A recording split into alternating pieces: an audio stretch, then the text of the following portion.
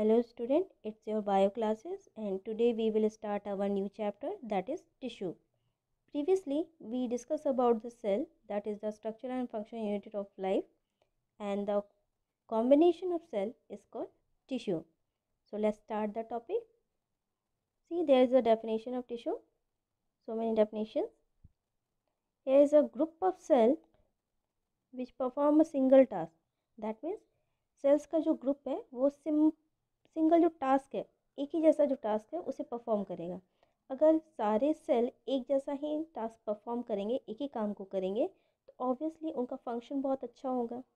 हम भी एक साथ काम करते हैं तो हमारा फंक्शन इजी वे में और जल्दी हो जाता है. लाइकवाइज सिंगल जो टास्क है वो ग्रुप ऑफ सेल मिलकर करेंगे तो वो फंक्शन जो है काफ़ी इफ़िशेंटली होगा, इफ़िशेंट वे में, ईजी वे में हो जाएगा और अच्छे से होगा. ओके. और जो ग्रुप है सेल का वो सिमिलर इन स्ट्रक्चर होंगे. वो फॉर एग्जांपल अगर आप इमेजिन करो बॉडी का कोई भी ऑर्गन हो, लीवर, किडनी और एनीथिंग, तो जैसे लीवर के ऑर्गन है तो उसके जो सेल्स है वो सिमिलर इन स्ट्रक्चर होंगे, उनका जो स्ट्रक्चर होगा सेम होगा और वो एक जैसा ही काम करेंगे, सेम फंक्शन करेंगे. लाइक बाइल जूस का जो सिक्रेशन है लीवर करते हैं, तो वो एक साथ जब काम को करेंगे तो ऑब्वियस है कि जो बाइल का सिक्रेशन है वो इफ़िशेंटली होगा, प्रॉपरली होगा, टाइमली होगा. तो इसीलिए सिमिलर स्ट्रक्चर वाले जो ऑर्गन है जो एक ही जैसा काम करता है, that is form the tissues. वो जो ग्रुप ऑफ सेल्स बन रहे हैं that is called tissues. Okay. Here is a third point. Study of tissues called histology. Okay. Histology, histo that means tissue, and logy, the word logos, to study the tissue is called histology, and the study of cell is called cytology. Okay. अभी जो previously chapter में हम लोगों ने किया था, cell की study को क्या कहेंगे, साइटोलॉजी, और टिश्यू की स्टडी को histology. Cyto means cell, logy that is the word logos, to study, that means to study the cell is called cytology and to study the tissue is called histology. Okay. Here is an example of tissue, muscle cells. आपने class 8 में muscle cells का diagram पढ़ा है. Muscle cells जब similar muscle cells एक साथ combine करेंगे तो वो सिमिलर टास्क को परफॉर्म करेंगे. जैसे मस्कुलर स्ट्रक्चर्स जैसे बेंड करते हैं, हैंड्स को मूव करते हैं हम लोग, तो वो सिमिलर टाइप के मसल सेल्स होंगे ताकि वो एक ही जैसा काम को और टास्क को परफॉर्म कर सके. Okay. Here is a type of the tissue, plant tissue and animal tissue. अगर टिश्यू प्लांट्स में प्रेजेंट है तो that is called plant tissue, और जो एनिमल प्रेजेंट है उसको एनिमल टिश्यू कहेंगे. Now further discuss the topic. Here is a flow chart of the plant tissue. See, plant tissue को दो पार्ट में डिवाइड किया गया है, that is meristematic tissue and permanent tissue. Okay. Wait, I am zooming the topic.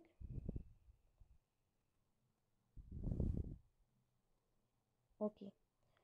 सी, यहाँ पे meristematic tissue में आपको एक वर्ड दिया गया है that is totipotent, TOTIPOTENT. Totipotent that means it has a capacity to repeatedly divide. जो meristematic tissue में जो सेल्स होंगे ना वो टोटीपोटेंट सेल होंगे, यानी सिमिलर स्ट्रक्चर और फंक्शंस के, जिनमें कैपेसिटी है कि वो रिपीटेडली डिवाइड कर सकती है. सी, प्लांट्स क्या है ना कि वो फर्दर ग्रो करते रहते हैं. जब आप उसको कट कर दो या लाइफ टाइम तक वो ग्रो करते हैं, और ये इसलिए करते हैं क्योंकि उनके सेल्स बार बार डिवाइड करते हैं और न्यू सेल्स बनाते हैं. इस वजह से वो ग्रो कर सकते हैं लाइफ टाइम तक. और ये किसकी वजह से होता है, मेरिस्टेमेटिक टिश्यू की वजह से. Here there is a three division of meristematic tissue: apical, lateral and intercalary. Okay. Meristematic tissue में ये तीन डिवीज़न है. और परमानेंट टिश्यू जो कि सेकेंड पार्ट है प्लांट टिश्यू का, ये जो टिश्यूज़ प्रेजेंट होते हैं प्लांट में, ये मेरिस्टेमेटिक टिश्यू से ही कन्वर्ट होके बनते हैं. जैसे स्टार्टिंग में सेल्स डिवाइड होके न्यू सेल्स बना रहे हैं, धीरे धीरे ये डिवीज़न रेगुलरली हो रहा है, बट सम स्टेज में क्या होगा, वो मैच्योर हो जाएंगे, मैच्योरिटी लेवल पे आएंगे और वो परमानेंट टिश्यू में कन्वर्ट हो जाएंगे। दैट मीन्स अब उनमें वो डिवीज़न नहीं होगा, वो रिपीटेडली डिवाइड नहीं हो सकते।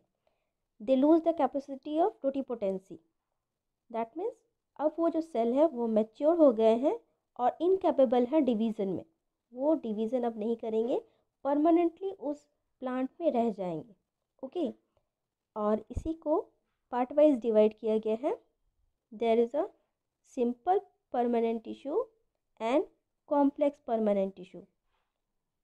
Okay simple permanent and complex permanent tissue से यहाँ पे उनका फर्दर डिवीज़न बताया गया है। सिंपल परमानेंट टिश्यू पे 3 डिवीजन्स है, parenchyma, collenchyma, sclerenchyma. Again I am repeating, parenchyma, sclerenchyma और क्लोरेन्काइमा। I just reverse the topic. It's okay.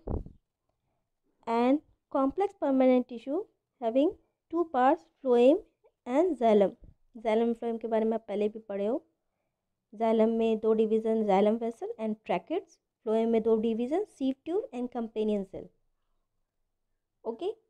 So let's start briefly the topics. Plant tissue में कुछ कैरेक्टरिस्टिक्स है, like they are stationary. Stationary that means वो एक ही place पे रह सकते हैं। ऑब्वियसली प्लांट एक जगह है तो अपने आप को प्रोटेक्ट करने के लिए कुछ तो करेंगे। स्टेशनरी है, वो डोंट मूव कर सकते हैं, मतलब एक जगह ही है। हमें कोई प्रॉब्लम होती है तो हम अपने आप को प्रोटेक्ट कर सकते हैं। फॉर एग्जाम्पल लेट्स इमेजिन कि अगर कुत्ता पीछे भाग रहा है तो ऑब्वियसली है आप अपने आप को प्रोटेक्ट करने के लिए आसपास में जो भी उसके अल्टरनेटिव्स है, जैसे अब घर में जा सकते हो, पेड़ पे चढ़ सकते हो, कुछ भी अब हो सकते है, उसे पलट के ढेले पे मार सकते हो। बट प्लांट्स ऐसा नहीं कर सकते। ऑब्वियसली वो दौड़ नहीं सकते हैं, वो स्टेशनरी हैं। तो वो क्या करेंगे, अपने आप को सपोर्ट करने के, प्रोटेक्ट करने के लिए कुछ मैकेनिज्म यूज़ करेंगे। अपने आप को प्रोटेक्ट करने के लिए वो यूज़ करते हैं और जिसकी वजह से उन्हें मैकेनिकल स्ट्रेंथ मिलता है और वो अपनी लाइफ सर्वाइव कर सकते हैं। बहुत ज़रूरी है कि वो अपना मैकेनिकल सपोर्ट और स्ट्रेंथ बना के रखें, स्ट्रक्चरल स्ट्रेंथ बना के रखें, ताकि सिर्फ उन्हें इस टाइप की प्रॉब्लम भी नहीं हो सकती। Maybe there is a microscopic injuries, मतलब इंसेक्ट की इंजरीज हो सकती है। इंसेक्ट हार्मफुल होते हैं, वो प्लांट्स को हार्म कर सकते हैं। वेदर कंडीशन, क्लाइमेटिक कंडीशन जो चेंज होते रहती है, तो टेम्परेचर, क्लाइमेट, ह्यूमिडिटी, सब चीज़ से उन्हें प्रोटेक्शन की ज़रूरत है। तो वो अपने आप को प्रोटेक्ट करने के लिए बहुत सारे सर्कमस्टांसेस को यूज़ करते हैं। ओके सी हम प्लांट टिश्यू का first point that is meristematic tissue discuss करने वाले हैं। मेरिस्टेमेटिक का एक इम्पॉर्टेंट पॉइंट बताया गया था, cells having capacity to repeatedly divide. That means ये जो टिश्यू, इसमें जो सेल्स होते हैं उनमें हमेशा ग्रो करने की कैपेसिटी होती है, वो हमेशा ग्रो करते रहते हैं, वो हमेशा रिपीटेडली डिवाइड करेंगे और न्यू टिश्यूज़ बनाएंगे, न्यू सेल्स बनाएंगे। ओके और इसमें एक इम्पॉर्टेंट पॉइंट है, इनमें न्यूक्लियस भी प्रेजेंट होगा, साइटोप्लाज्म भी प्रेजेंट होगा, बट ये प्लांट सेल होने के बावजूद इसमें वैक्यूल्स एब्सेंट होते हैं। ठीक है, इसमें न्यूक्लियस साइटोप्लाज्म तो प्रेजेंट होगा, that is the part of the cell, but vacuole जो कि एक सेल ऑर्गेनेल्स है, ये अभी यहाँ प्रेजेंट नहीं होगा, वो एब्सेंट होगा। ठीक है ना, फर्दर डिवीजन मेरिस्टेमेटिक टिश्यू को 3 पार्ट में डिवाइड किया, that is apical, lateral and intercalary. Let's see the topics. Here there is a description of these 3 meristematic tissues, apical, lateral and intercalary. See the diagram. Apical meristematic tissue are those which is present at the apex, tip portion में जो present है, एक यहाँ पे tip portion में और एक यहाँ पे। ठीक है, ये स्टेम का पार्ट है। एपिकल मेरिस्टेमेटिक टिश्यू ये स्टेम का पार्ट है और ये रूट का पार्ट है। ठीक है, स्टेम भी पॉइंटेड होके अपवर्ड डायरेक्शन में मूव करता है और रूट भी पॉइंटेड होके डाउनवर्ड डायरेक्शन में सॉइल के अंदर मूव करता है। तो उसके जो टिप पोर्शन में है, ये टिप पोर्शन में ये एपिकल मेरिस्टेमेटिक टिश्यू के सेल्स प्रेजेंट होंगे। ये क्यों यहाँ पे प्रेजेंट होते हैं क्योंकि इनमें रिपीटेडली डिवाइड करने की कैपेसिटी है, जिसकी वजह से ये प्लांट्स का लेंथ इंक्रीज करेंगे। सी इंक्रीज द लेंथ, ओके। चाहे वो स्टेम का हो या रूट का हो, दोनों के टिप पोर्शन में प्रेजेंट रहेंगे और उसके दोनों का अपवर्ड और डाउनवर्ड, ऊपर और नीचे, दोनों का लेंथ इंक्रीज करेंगे। Now let's see the second point, lateral meristematic tissue. Lateral meristematic tissue just present beneath the bark. bark आप जानते हो, सेल चैप्टर में पढ़ा था, डिस्कवरी ऑफ सेल में बार्क ऑफ ट्री से ही सेल की डिस्कवरी हुई थी। दैट मीन्स पेड़ की जो छाल है, वो जो बार्क है उसके जस्ट बिलो नीचे ये पाया जाता है लेटरल मेरिस्टेमेटिक टिश्यू। और ये गर्थ इंक्रीज करता है, girth in sense diameter increase करता है। Wait, see in the diagram, ये जो आप लेटरल मेरिस्टेमेटिक टिश्यू देख रहे हो, सी यहाँ पे दिया हुआ है डायग्राम। लेटरल मेरिस्टेमेटिक टिश्यू में ये जो लाइनिंग आप देख रहे हो, मतलब साइड वाइज लेटरल साइड में प्रेजेंट होता है। ये लेटरल साइड में प्रेजेंट होगा साइड वाइज, और ये जैसे ही ये इंक्रीज करेगा साइड वाइज से, तो ये इसका डायमीटर यानी कि डायमीटर को इंक्रीज करता हुआ जाएगा, जिसकी वजह से ट्रीज जो है वो मोटी होते जाएंगे। एज यू से डिक्रीज इंक्रीज करेगा जब डायमीटर, तो वो बड़े होंगे, okay. Now next one is intercalary. Intercalary tissues क्या है? ये node, internode and the base of the leaves present होते हैं।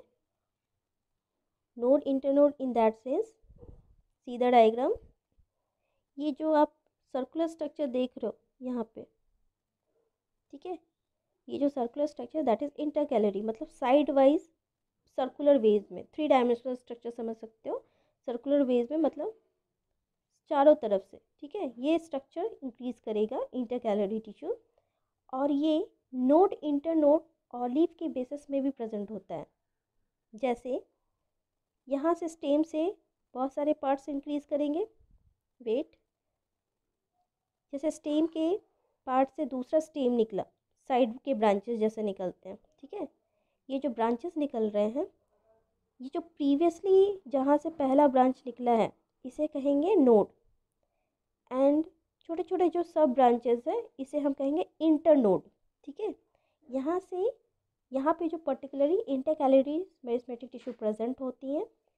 And base of the leaves, imagine कीजिए कि यहाँ पे लीफ का स्ट्रक्चर है, तो जहाँ से वो स्टेम से अटैच्ड है इस स्ट्रक्चर पे, यहाँ पे भी मेरिस्टेमेटिक टिश्यूज प्रेजेंट होंगे। So node, internode and the base of the leaves, यहाँ पे ये प्रेजेंट होंगे इंटरकैलरी टिश्यू, और धीरे धीरे प्लांट को ग्रो करने में ये तीनों के तीनों हेल्प करेंगे।